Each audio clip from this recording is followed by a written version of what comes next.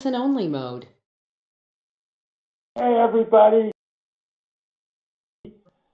we are so excited to have Jim and Jessica here with us today and their Green Dream project that they're going to talk with us about.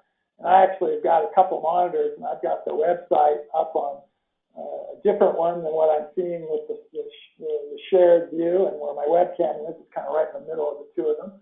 And this is Wayne. I'm in northern Colorado. And we had a beautiful day today, probably not as nice as it is there in southern Arizona, though. Highs in the 40s here, and the sun came out. Got a little snow on the ground. Nothing like the eastern United States, which I know is getting hammered right now with a snowstorm. So my hopes to all you, hey Jim, how you doing? My hopes and wishes and prayers to all of you that you don't get too bombed by the snowstorm. And Jim just came on with us. And Mark is behind the glass, as we say. So Mark is in Bangladesh. I was about to say Areeb, who's not on with us. And Areeb helped get Jim and Jessica ready for this. And we always wish Areeb would be on. He's the good-looking one of our bunch, other than Jessica today. So we don't need to have Areeb to make everything look pretty today. Mark's shy, so he very rarely puts his webcam on. I think he works in the dark in Bangladesh there too, so I'm joking a little bit. But Mark, why don't you say hi? Hey, but He likes to be quiet behind the glass. He keeps us moving. Some of you are watching on Facebook Live. Some of you are watching on YouTube, and some of you are watching on the Kajabi GoToWebinar feed that we do for our webinars. And this is our second live session this week, and we'll have another one tomorrow with Bob Christador. Bob will be down the road from you guys, maybe not south, but he's in Tucson, so not too far from you. And tonight we're going to use sort of an interview format with Jim and Jessica. So I'm going to probably just lead them a little bit and let them do most of the talking. I'm just going to ask questions and let them chat with us.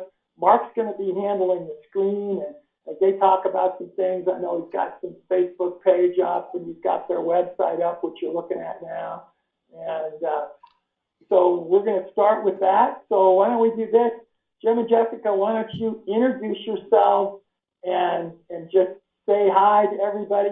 Give us a little bit of your background, and then we'll go from there. And really, before you do it, I see some people putting in some questions and things in the box. Do you guys like to have questions while we're going, or would you like to have them at the end? I'm okay either way. Okay. We'll probably catch them as we go. I see we have one comment here from one of our folks about the simulcast. What program do we use? It's called Castr, Castr. And Mark, would you put that in the chat box? And I think it's castr.io maybe is the actual web name for it. There's a free version of it, and then we have a paid version. And all you get by having a paid version is you can send your broadcast out to more different feeds. So we can do, I think, 3 different feeds. And the free version, I think, is maybe 1 different feed from your primary feed. So let's go ahead and let Jim and Jessica tell us about themselves, and we'll get started with that. Yeah. Go ahead. We both came from Wisconsin, moved out to the desert, kind of live in the city. You know, we both had regular jobs. And then, you know, for health reasons, we decided to just get out of the country, move off grid. And we were looking to live more sustainably. And then we got started with our YouTube channel. And we've been, you know, experimenting with natural building, off-grid living, and homesteading, and living self-sufficiently. Yeah, the idea is just to give us timing on that. When did you start this adventure? How long ago? Well, we moved out to the land almost 3 years ago now. So since that time, we've been kept busy. We've got our solar set up. We're 100% off of us living on solar energy. We have water harvesting set up. So all of our water is 100% rainwater. What else have we done? We set up a little garden station just to get our feet wet with gardening. We've really gotten to build a giant, partially buried cistern made out of earth bags and ferro cement. Yeah, and now we are starting to build our home. Yep. Cool. And on the, where were you at in a city somewhere? And where are you now? Give us a little more just generally physically about it. I know you're in southern Arizona, but let's say how far from Phoenix and what direction? How far from Tucson and what direction? Okay, so we were living in central Arizona, about an hour south of Phoenix, and it was Kind of a smaller town. smaller town, but kind of had a suburb feel. So we lived Yep. in a conventional house, we had a small yard there, and we lived there for about 10 years. Almost a decade. Yeah, and then we moved out here. We sold everything, got an RV, and we moved to southeastern Arizona. And also from where we were is about 3 hours south of where we were. So about 4 hours south of Phoenix, pretty close to the Mexican border. Yeah, about 20 miles north of Mexico. And how much land do you have where you're at? We have 40 acres out here. And your nearest neighbor, how far away?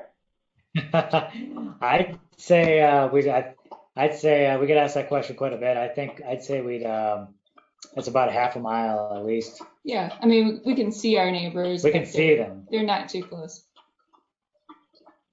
but it's just a lot. Tell us about typical climate, because we've got viewers here that'll be watching live and that will watch the replay from all over the world. So just kind of give us the typical annual climate situation. Mm-hmm. So when people think of Arizona, they usually think hot desert, and it can get hot here in the summer, over 100 degrees. It's dry for most of the year. We do have a monsoon season in the summer, and we usually get a little rain in the winter as well. And winters can get below freezing here, probably as low as 10 degrees Fahrenheit in the winter. And that's a little colder than in central Arizona, but the elevation here is higher. Yeah, we're at about over 4,000 feet. Yeah, about 4,200. 4,200 feet elevation. And our annual average rainfall here is 13 inches. And like a lot of, especially central Arizona, is desert. We kind of start to move from a desert into a grassland, so kind of like a desert grassland. And that rainfall, does it come in bursts, so you'll get some fairly large storms, or is it spread out pretty good?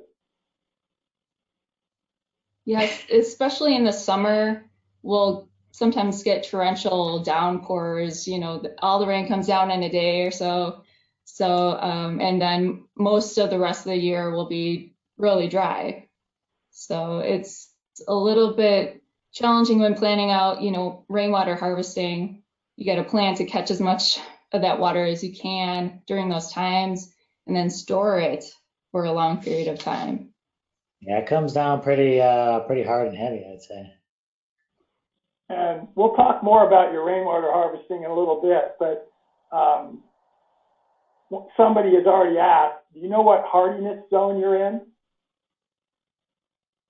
for plant growth? Yeah, yeah, so it's USDA zone 8A. Okay, makes sense. So I live at 5,600 feet, and I'm in the rain shadow of the Rockies, and I get about 13 inches of annual rainfall. The difference is probably half of that as snow in the winter. And our ground freezes, not yet, we're not quite yet frozen, but everybody thinks of our area as being and we are mountainous. I have 700 feet elevation change from one piece of my property to another because I'm in a valley and a canyon. And my guess is, are you fairly flat? I mean, we're looking at pictures and you have mountains in the distance there, obviously, from the picture we're looking at on your Facebook page. But what's your top topography? Yeah, our topography on our property is fairly flat, just very gentle slopes. But I mean, properties around here vary greatly, depending on just where you are. But yeah, ours, we don't have any really steep slopes here. And it's kind of nice because, like, so a slight hill to the north and a slight hill to the south. So all the water kind of moves in closer to the center of the land. So definitely fantastic to plan for as far as earthworks for rainwater harvesting. And so let's stay on that. And we're seeing some pictures. Is most of your rainwater harvesting from the ground? Because it sounds like you haven't built a home yet, so you're not getting a lot of stuff off of rooftops, right? So you're harvesting most of your water from the land, and by the way that you're able to get the water to move during a rain event, correct? Not yet. We actually built a large roof on our property. That was Okay. one of the first. That was one of the first projects we built, and that was kind of, we had more people out here back then, and we built a sort of a shade structure so that people could get under, get out of the sun, but also that we could collect rainwater from. So it is 1,400 square feet, 20 feet long and 20 feet wide. 20 feet wide and 110 feet long. Okay. And do you believe, does your gut tell you that you'll have to supplement that over time, or are you thinking you're going to have enough water from the?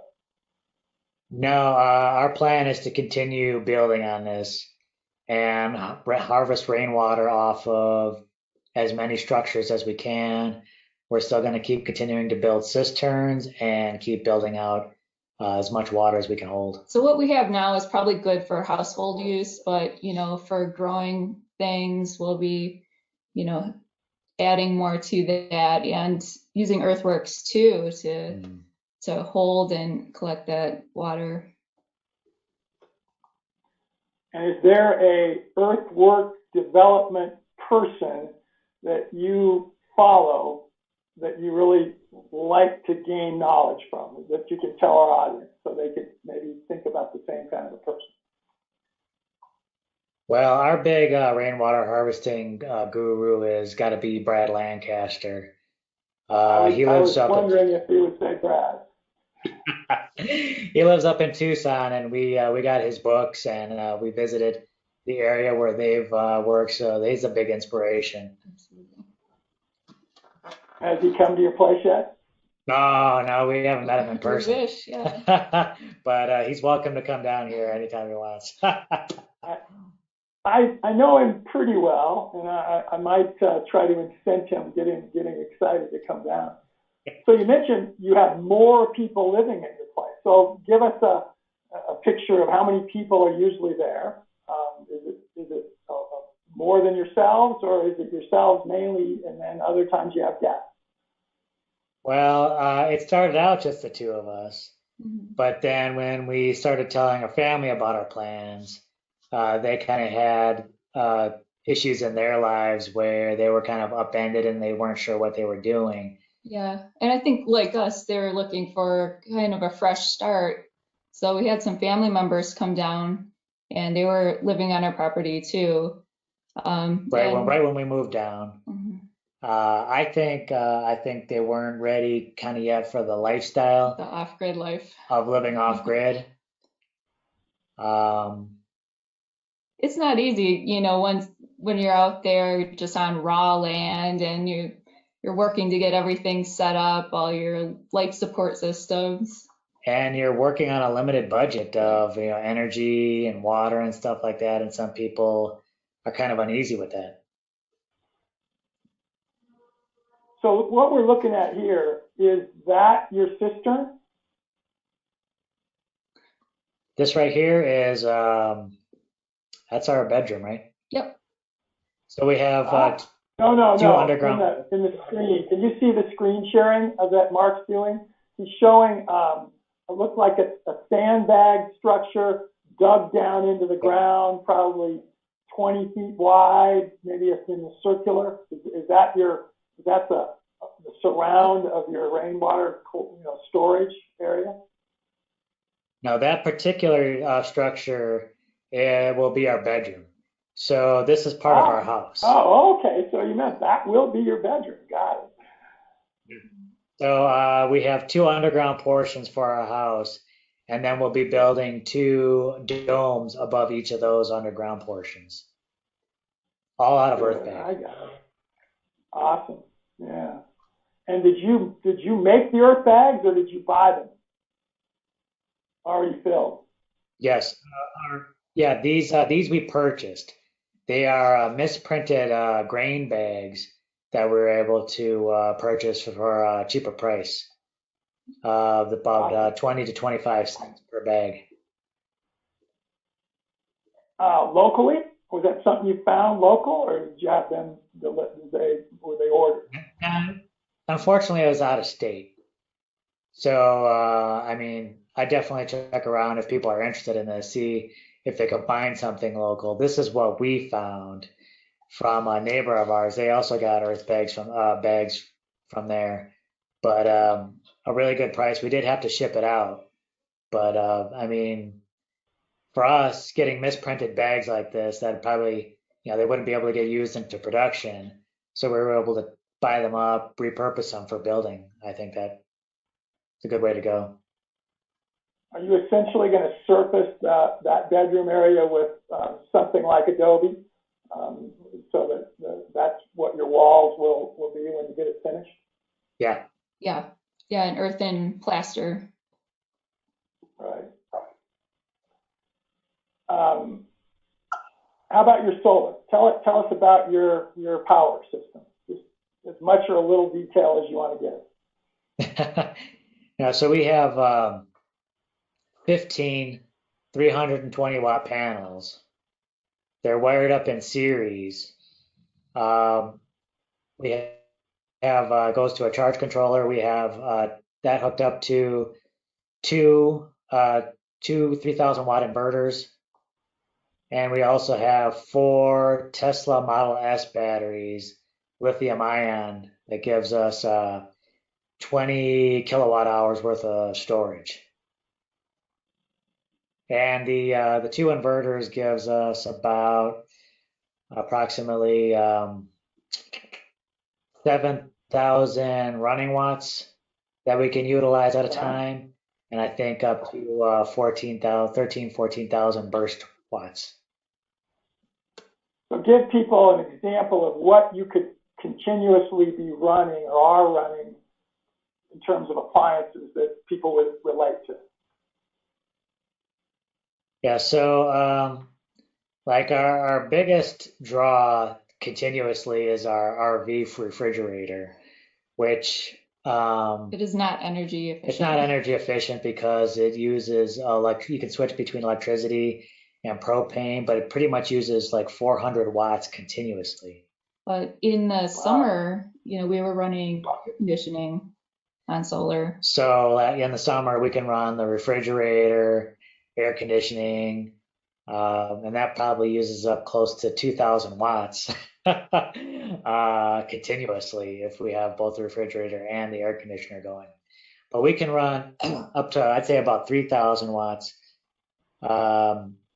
as while we have daylight. But then in the evenings, we usually shut the air down, and it gets in the summer. It gets the nights are just fantastic out here, so we really don't need the air conditioning at night anyway. I grew up in the high desert north of Los Angeles. It's called the Antelope Valley, lower elevation than you, 2,500. And we had, I don't know how many, but 100 degree day, but it was always in the 60s at night. I mean, it was cool. So Yeah. we didn't have an air conditioner. We had a 1,500 square foot house. We had a swamp cooler, and it's only just using a little bit of electricity to move to move air, and then water going over it. So that was it. That was our air conditioning. I think How much do those Tesla batteries cost compared to, let's say, the block that more urban people are thinking of that Tesla has? And so what's the comparison there? Well, I'm not 100% sure on the prices of, let's say, like your Tesla Powerwall, but I know like Right. if you buy lithium-ion batteries specifically made for um, solar, like off-grid solar use, they're incredibly expensive.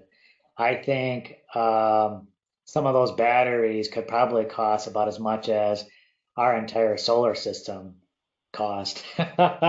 So each Tesla Model S battery, I think, was $1,200, Not which bad. is more expensive.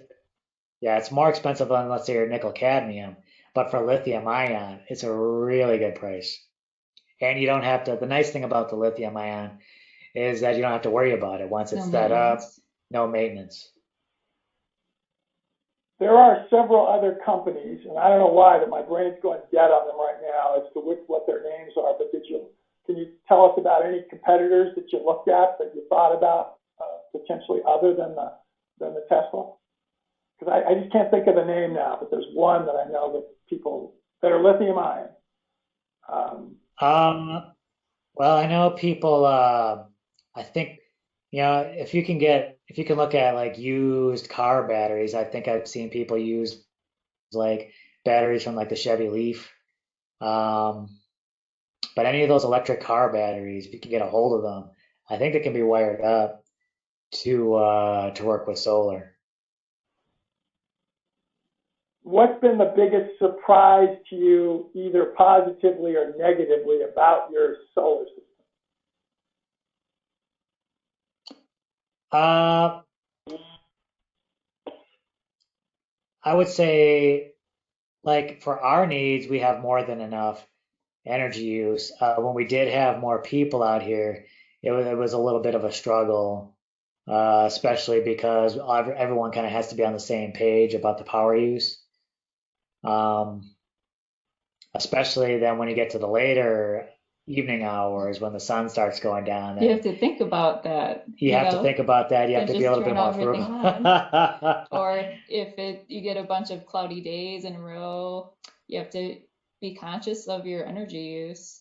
Yeah, when it's a bright and sunny day, we could pretty much have everything going during the day. It's not an issue, but when those cloudy days start stringing along in a sequence, then you got to be wary and decide on which devices you really need at what Yeah, it's time. something you have to get used to, being on solar. How do you heat your water for showers and cleaning dishes and doing that sort of thing?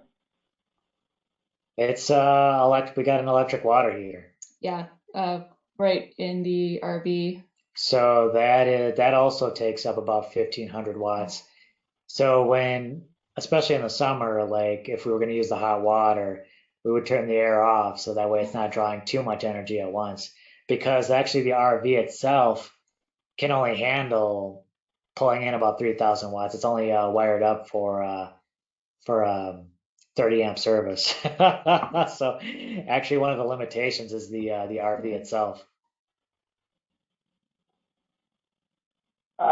Long term, as you build your house, have you thought about um, solar hot water, where essentially you're moving water through black pipes, or there's lots of different designs for it, but, or have you thought about your water heating and not necessarily using your PV panels?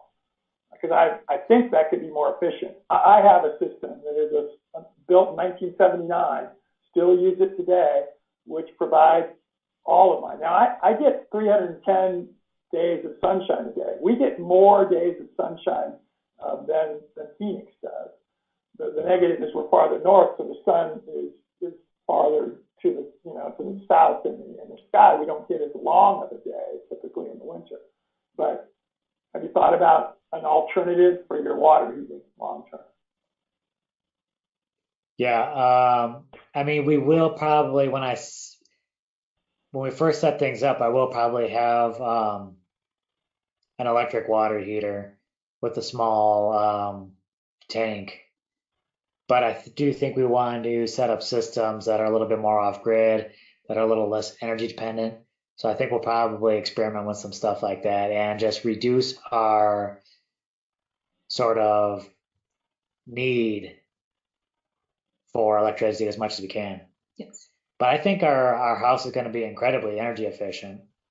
And once we get out of this RV, it will be when it's being underground. I mean, I know you realize that 6 feet down anywhere in the U.S., anywhere in the world, air temperature is 60 degrees. The ground is 60 degrees. So, you don't have to do much to heat or cool when the natural temperature around you is that. Everybody out in the audience, don't be shy. Put some questions in there, please. Put some questions so that I'm not asking all the questions. I want you to tell us about this green steading summit that you had, because I went through the list of your speakers and it was amazing. And I know some of those folks and I don't know most of them. Tell us how that went and how you put that all together. Well, it was kind of nice because we made a lot of contacts just because we're on YouTube. So it wasn't hard for a lot of smaller channels to get on board and tell their stories. But it was great really getting into contact with some people we didn't know, like Joel Salatin. He was a really great speaker. He was very easy to get a hold of, and he responded right away to our email. He was ready to get on board. We were excited to have Matt Powers aboard, and he had a really great piece on us, soil science. Mm-hmm. It was a great experience just hearing people's perspectives from, all across the country and different countries as well. And, their take on living sustainably and what they do with homesteading. Yeah, it was fantastic. Yeah, it was our first time putting something like that together. So I think we learned a lot. I think like if one of the things we could have done differently was give it a little bit more time. I think we kind of rushed things. So we didn't get everyone on board that we wanted to. And it was a lot of work. It was like crunch time, like right up until the end, putting out some of that content. But it was a lot of fun. Any of it live, I think or a lot. Recorded everything? We did our intro and our outro live stream. A couple of them. Most were pre-recorded. Yeah, we either did interviews online with people, or we had people send in submissions of, they would film a piece that they wanted to tell, and they would send that to us. Well, if you decide to do something like it again, please let's collaborate, because I know I can introduce you to some people that you'd love to have, and I'm sure you can with some of these folks that you've had. Joel's a good friend of mine. I've been on a number of different panels speaking with him. His son-in-law, Jordan Green, is a huge contributor to us, and I actually go to his place. He lives just south of in Virginia, where Joel's at, and he married Joel's daughter, so that's where that relationship is at. And then Matt Powers has been a huge friend of ours.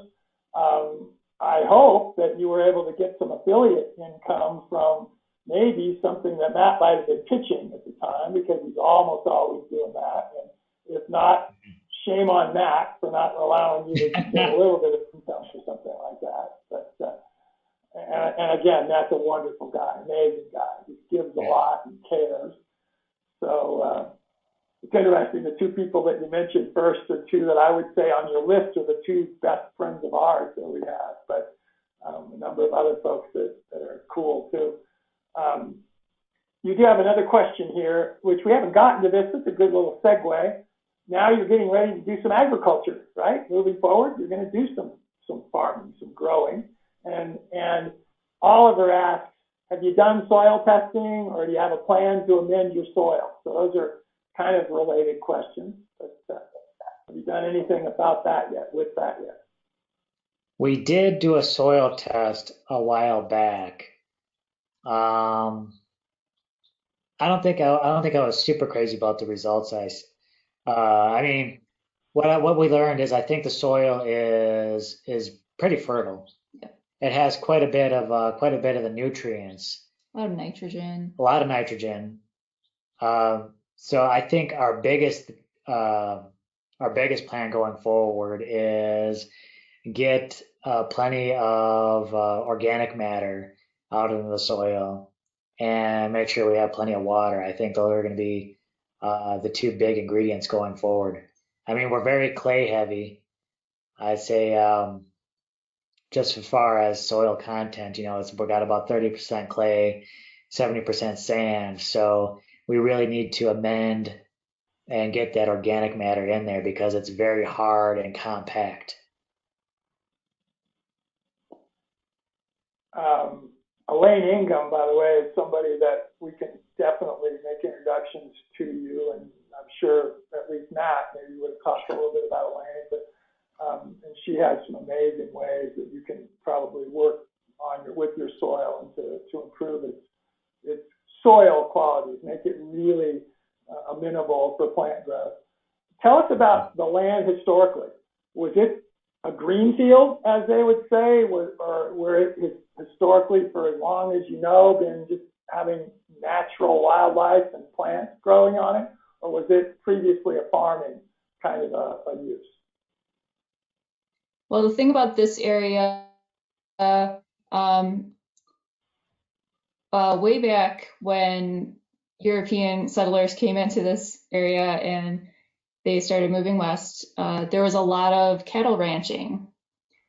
And so a lot of this area got overgrazed with cattle. There was just so many cattle, and it really degraded the land. So with it being an arid area, I don't think it ever really fully recovered. So there was a lot of vegetation loss because of that. So that's something that we see a lot of, just bare soil out here, even though it is kind of a desert grassland. So it is kind of fragile. So that's kind of the history, like this cattle ranching. And there's still some of that going on here now, not to the same degree as in the past, and I think, there was mining towns out west.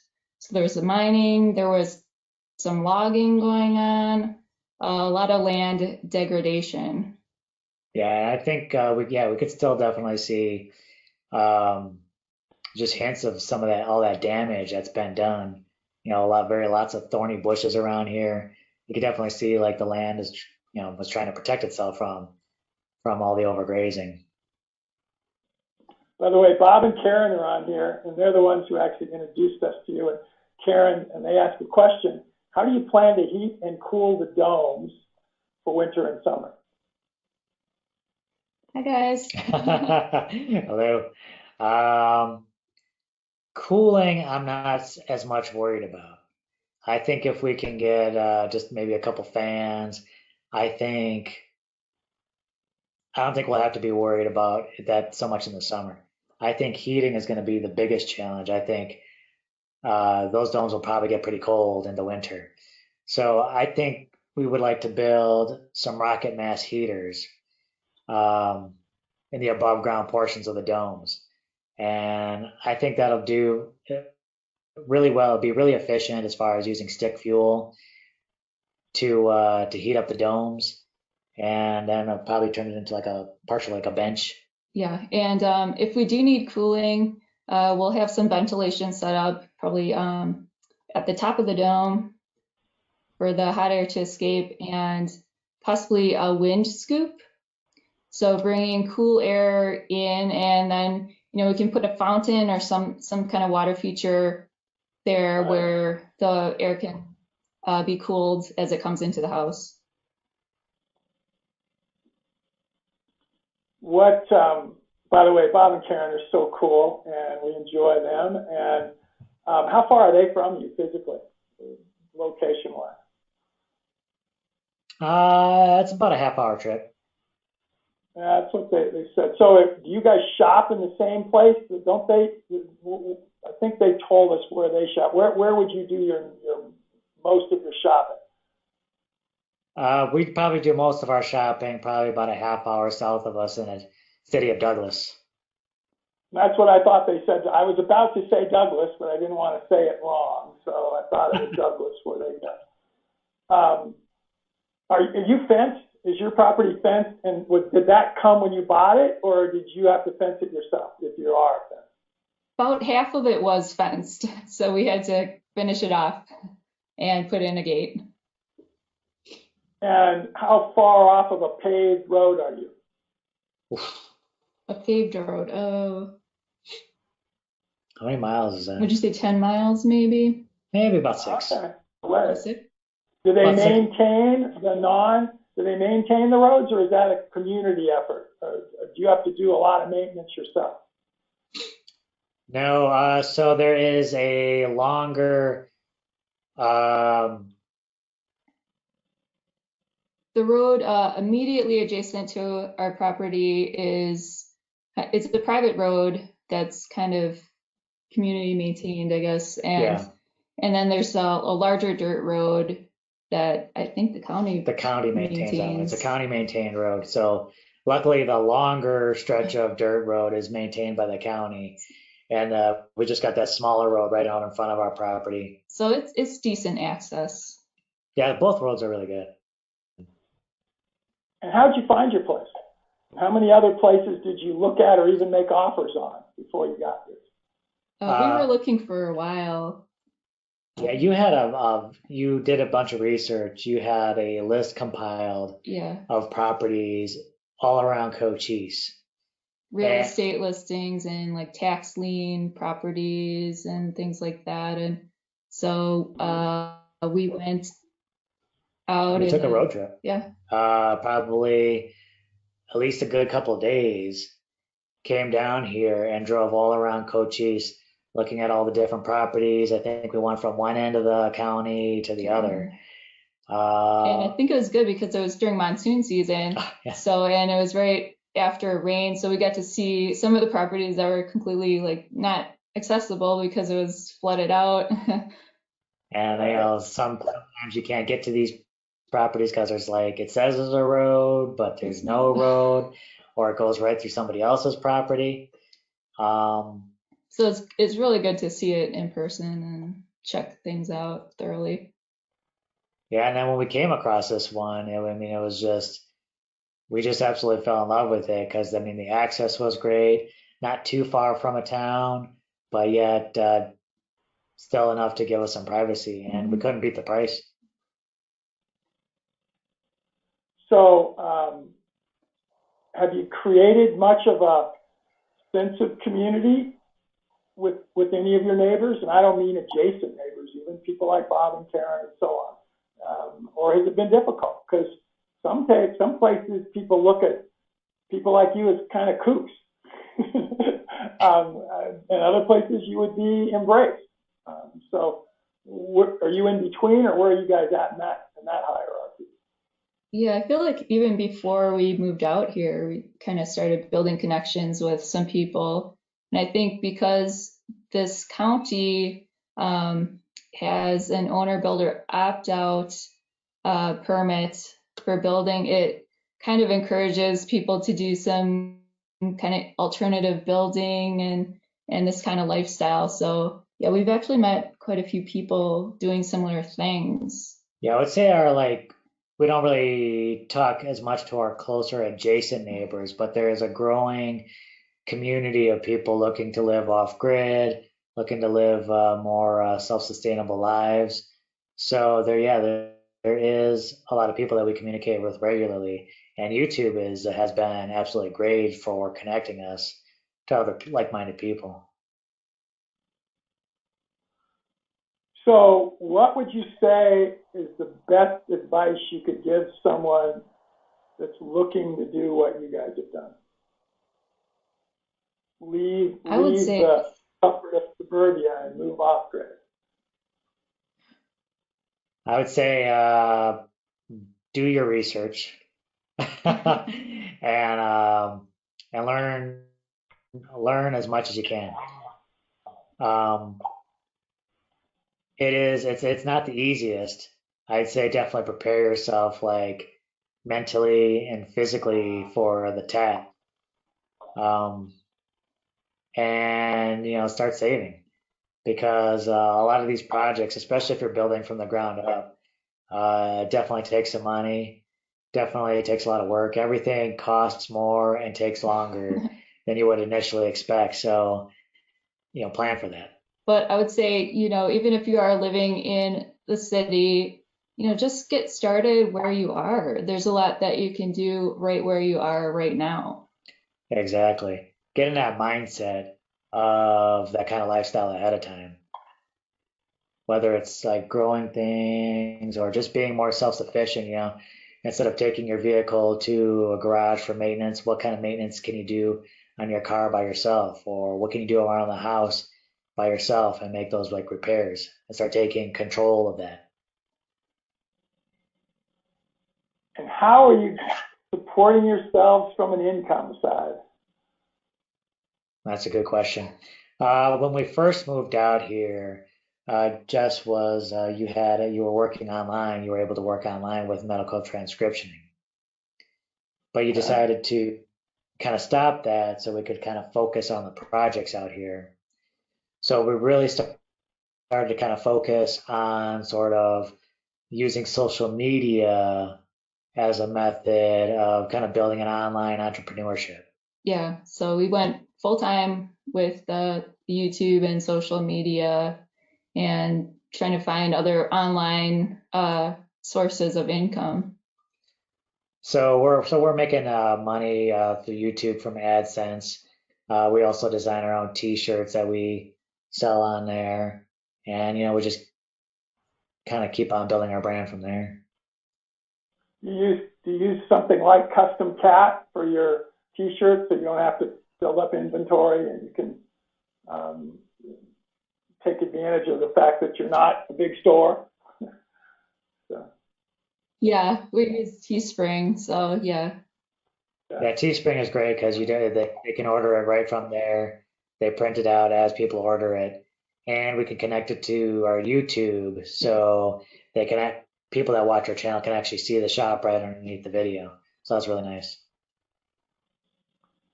And about how many YouTube videos? Mark's showing them on the screen right now, just kind of showing little bits and pieces of some of them. How many do you try to get done on a monthly basis, let's say? Oh man, Well, we've been keeping a regular schedule for a while now. We put out 2 videos a week, and then we usually do like a live stream once a week where we can chat with people live and answer their questions. so right now, yeah, it's about like three pieces of content that we're doing a week. But for a while, I think we were putting out something every day. Yeah. But we decided to focus more on improving the quality of our content, improve the storytelling. And when we did that, when we kind of shifted the focus to quality and storytelling, that's when we noticed really big improvements as far as the channel goes, and a lot more engagement, and people seem to have a lot more fun with it. What's the most views you've got on any one of your videos? There is one we did not too long ago. I think it's getting super close to 300,000 views. I think it's like 293,000 views. And that shows you Those are how, big. because Mark's, where he's scrolling here, these are the ones that you did 2 to 3 years ago. And, you know, they're mostly in the 10K. There's one with 41K. But as you start getting more recent, there's a 41K 4 months ago, you know, 11K. So the ones you're doing now, you're getting a lot more engagement, which is really cool. Applause to you for that. So that's awesome. Yeah, it's with YouTube, it was a really big learning curve for us. I mean, we went into it not knowing anything about how to do it. So, you know, it's all about improving the quality of the content, And thumbnails, titles, and yeah, it's and a lot. finding out how to tell your story Yeah. in a way that people can relate to, I guess. Well, and you also have the ability to, you have both have beautiful smiles. You have the ability to look a little goofy at times, you know, Jim, so, you know, which is good. People like that. And so I'm sure that helps too. So, I think it's um, about having fun and not taking yourself too seriously. yeah, yeah. And I'm sure if I watch some more of these, which I'm going to, you don't mind making mistakes, you know, and make some Yeah. fun out of that. So. Yeah, the thing is, you know, going into this lifestyle, I mean, we didn't have any skills We're going into we're it. not So experts in anything, so we're absolutely learning as we're going yeah. along. And if we make those mistakes, we're gonna show people because we really think there's value in that, not just showing the successes, but showing the missteps and the failures and just getting things dialed in. And just for our own sanity too, I think like we're not trying to, make everything look perfect. Um, a great couple of questions about your videos. Do you have any suggestions on the kind of video and audio equipment that you use, and whether you like what you got? And I'm assuming you don't have really expensive stuff. So tell us about what you do, what you use for your audio video stuff. We did invest in a decent quality vlogging camera. We use a Canon T6i, which has been a really great vlogging camera. We just used the basic lens that it came with, and we attach a shotgun mic to it, a Rode shotgun mic, and that is kind of the extent of our audio visual. We did. I take advantage of some like credit card mileage. So I was able to like get a bunch of Amazon gift cards and I used that to purchase a drone. I wanted to get a decent quality drone for use not only with our videos, but also for making detailed land records. So it's kind of like a double-edged tool with the drone. Yeah, that's kind of nice just seeing how the land changes as we develop it. So is that the extent of our video audio equipment? I think so. Pretty basic setup. How about on the editing side? Is that software you have that's again, that you could tell people what you use? Yeah, so for editing, we use Adobe Premiere, Okay. Photoshop, and for editing photos and videos. Yeah, that's been excellent. It's a little bit pricier, but we were able to get a discount because of our nonprofit status. So let's talk about that for a second. Tell us about your nonprofit and how can people support you? Yeah, we decided to make Green Dream Project a nonprofit organization because we wanted to kind of give it that it was kind of started off as like an educational bend. Yeah, this is And way before YouTube. yeah, it's definitely before YouTube. And so we wanted to teach people about permaculture and sustainable living.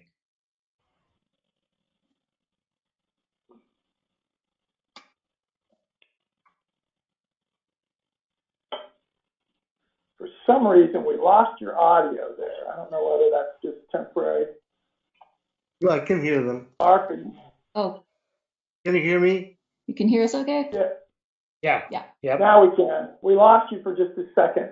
You were talking about how before YouTube even you were thinking about the nonprofit side. Go back and just sort of repeat a little bit about the nonprofit side for us. Yeah, because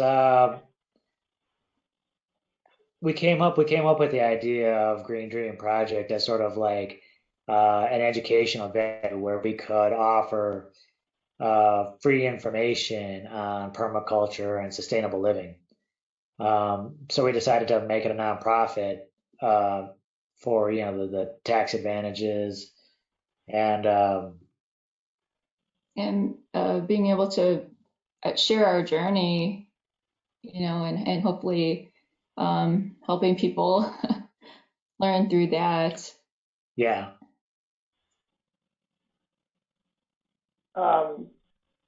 Oliver asked again another great question. How do you make your thumbnails? Anything unique you do to get your thumbnail?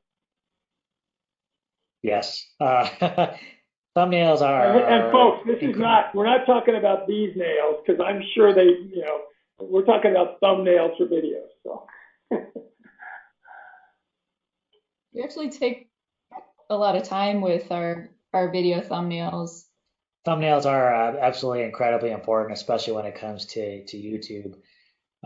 They have to sort of hint at the story that each video tells, and they have to be engaging enough for people to want to click on it. So we think of like what that video is about, and then we try and figure out how to tell that story in an image. So we usually take them specifically for each video. We kind of have a template that we've been using, where she's a little closer to the front, I'm a little further toward the back, and then we're either showcasing our current build or whatnot. But it's all about telling the story in a quick snapshot. Yeah, and then just editing the photo so that the color is on and bumping up the color. Sometimes we'll throw an outline around us to make the figure stand out, because people draw interest in a thumbnail, so you want the people to stand out. Mhm. So let me give an It's bright example. color. We're looking at your homepage of your web page, and in that picture, I think you have photoshopped a little bit yourself, the two of you, from the land that's behind you. You've drawn out colors a little bit more, right, on that page? Yes. Yeah. Yes, definitely the colors bumped up there. How close are those mountains in the background from you that we see? I'd say about 15 miles. 15 miles away. It's a very quick drive, and it's a great. Sometimes we like to go hiking up in those mountains. Yeah, there's a natural preserve there with some hiking trails, so it's a really nice area. So what do you guys do for fun? Because my guess is you are workaholics. You work a lot. So That's if it's not to be creating YouTube videos, it's not building on your place. You just mentioned hiking. What other things do you enjoy?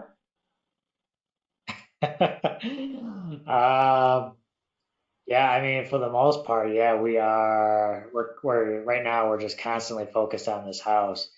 But I guess hiking is probably the one thing that we probably try and do kind of on a semi-regular basis. Yeah, well, because we have a large dog, and we have to get him out and get him exercise too, and he enjoys the hikes too. And we enjoy getting out in nature, and just it's relaxing for the mind, and it's nice. But I guess when I'm doing a lot of work out on the property, if I'm like moving dirt or something like that, I love listening to audiobooks. I'll have that going. It's where I can get my reading in while while still getting the work done. come on, you got to listen to some audio books that are just fun. Like, I will be honest and say I love Harry Bosch. I listen to those, different comedy novels. So what is it you listen to for fun instead of listening to the audio books to learn from? Oh man.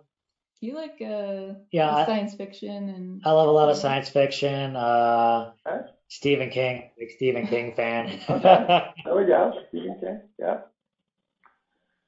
So we got about 4 minutes left here, everybody. We like to be very conscious of our guests' time, and we will go over if they ask a bunch. You guys just ask a bunch of questions, and we keep going. I only have one more question that I'm going to ask, and I follow John Lee Dumas a little bit, who's the podcaster. He does Podcaster's Paradise, and he has literally done one podcast a day for, I think, 10,000 days straight now, something like that. But he says he has this one question that he asks entrepreneurs, and he calls it a doozy. So I'm going to ask you the doozy question in a second. But while I'm doing that, why don't you guys out in the audience put some questions in if you've got some things for this last couple of minutes. So here's the doozy question. I usually ask it more broadly about your life in general, but I'm going to now make it just for your time here on your project. What's the one thing that has happened on the project that when it happened, it was really negative, it was really bad, and now you look back on it and you say, you know what? We really learned from that. It actually didn't turn out to make things be as bad as we thought it was. So you can kind of look at each other, or if one of you's got one that comes up and the other one doesn't, go ahead and throw that one. I'm thinking of one. What's yours? The roof. Yeah, no, that was kind of thinking too. The roof on the hacienda, right? Yeah. So the first structure we built out here was for our compost. We do humanure composting. So we have a humanure hacienda, and we kind of built it kind of quick, I guess. We built it quick. Again, it was one of our first projects, so I didn't really know 100% what I was doing. A lot of it was reclaimed material, so it wasn't even the best materials to begin with. And the roof actually came off like not once but twice. Once, the first time it was just the metal, but the second time the whole roof completely lifted off, the whole frame lifted off the post, and it was just absolutely devastating. But it's really taught me to sort of take my time, do things right, make sure the materials are there, make sure everything's built up to snuff, and just take the time and do it right the first time.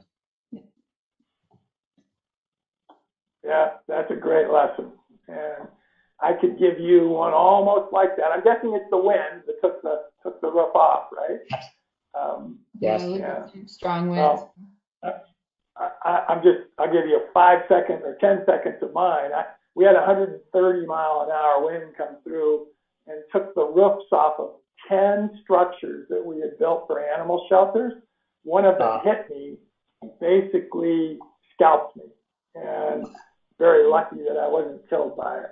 And it was only because I had 3 other people there with me that I'm not dead today.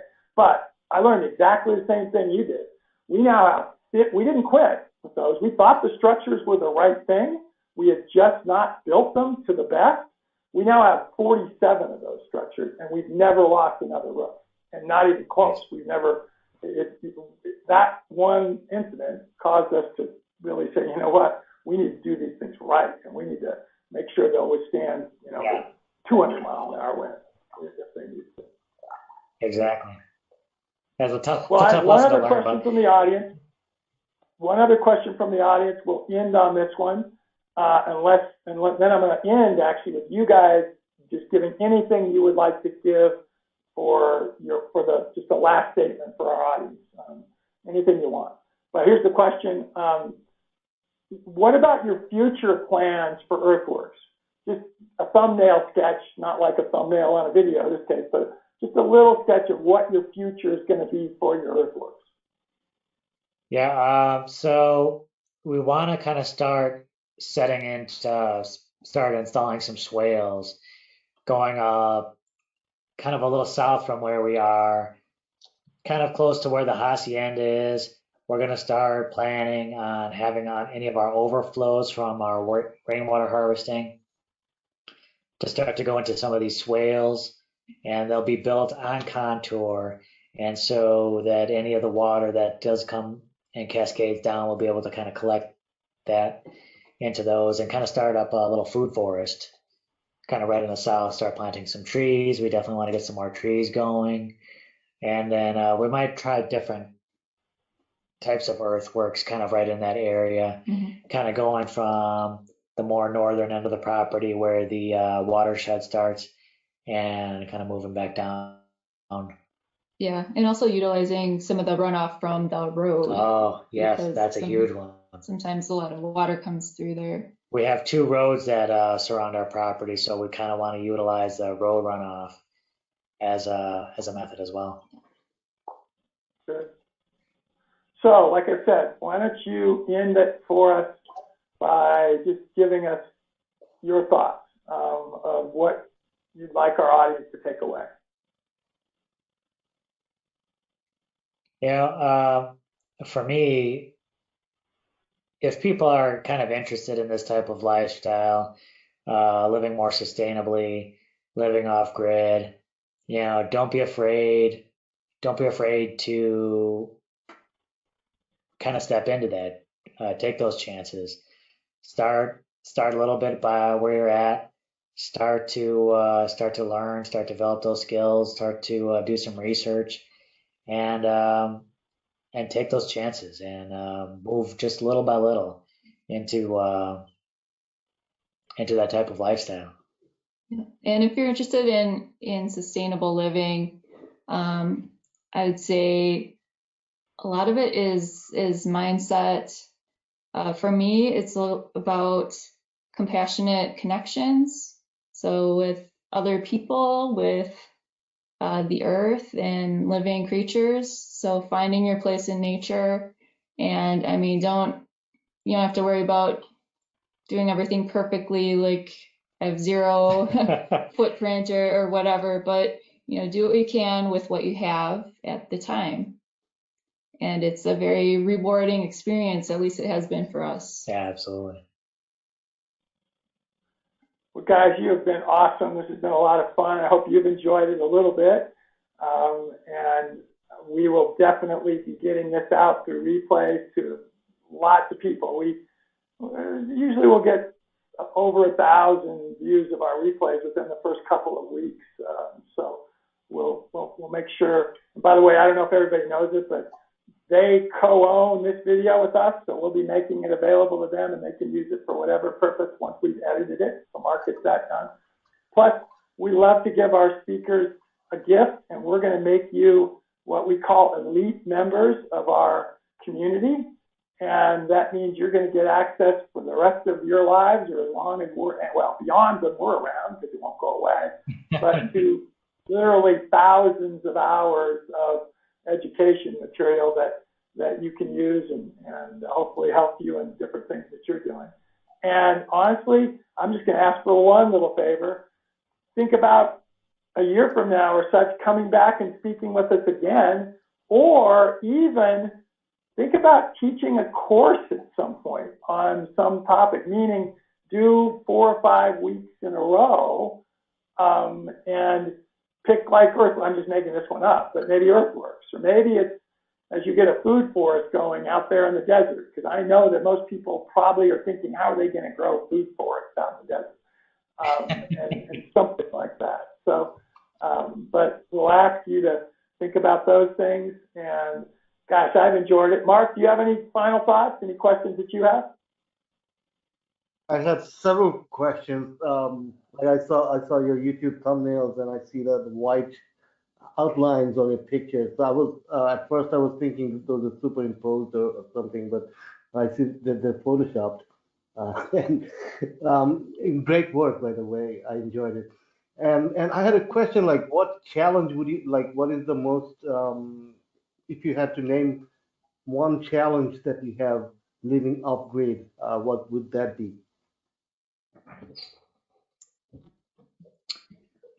That's a good one. That's a good question. It is a good one. I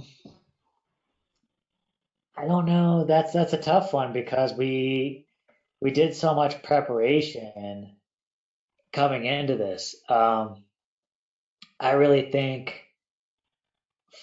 at least for me, I don't know, I can't speak for you, but it was a big mental preparation for me. And just we were preparing for almost a decade mentally before getting into this type of lifestyle. And I think that How might have long been are the your big showers? challenge. Be- How long, this is one, Showers. I know some women would have a challenge with. How long do you take showers? Well, for me, it's in and out. I haven't had any issues with Yeah. it. I think we get like 5 But this minutes is a of hot Jessica water. question. Yeah, yeah, it's challenging. It is Well, you break up into different, different showers. you got to shower different parts at different times, right? Yes, pretty much. Yeah. So I wash my hair separately. I have long hair. Mark, what would you have thought that they would say a challenge would be? I would think electricity, like power. How do you power your computer, gadgets, or anything that you use?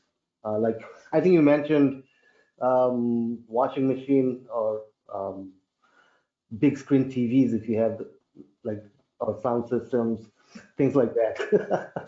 But Mark's a guitarist. Mark plays in a band. My guess is that your amps probably wouldn't run real well on the power that they have, Mark. right, unless you have generators. But we actually did have a generator when we first started, Yeah. but and we used that for like 3 months almost continuously. Until we got our solar set up. But with the solar setup, I mean, it's a beautiful system, and it provides us with probably more energy than we need for the most part. And we just live very simply, and that was our goal setting out. We don't run TVs or anything like that. So like at night, it's mainly just lights. We'll charge our gadgets, and that doesn't take much energy. Again, the refrigerator is probably the biggest draw. Thank you very So much. if you were going to try to do significant amount of food storage, you'd need to do it in ways other than using refrigeration or freezing, obviously. So, But if we had more Which, energy by the way, efficient,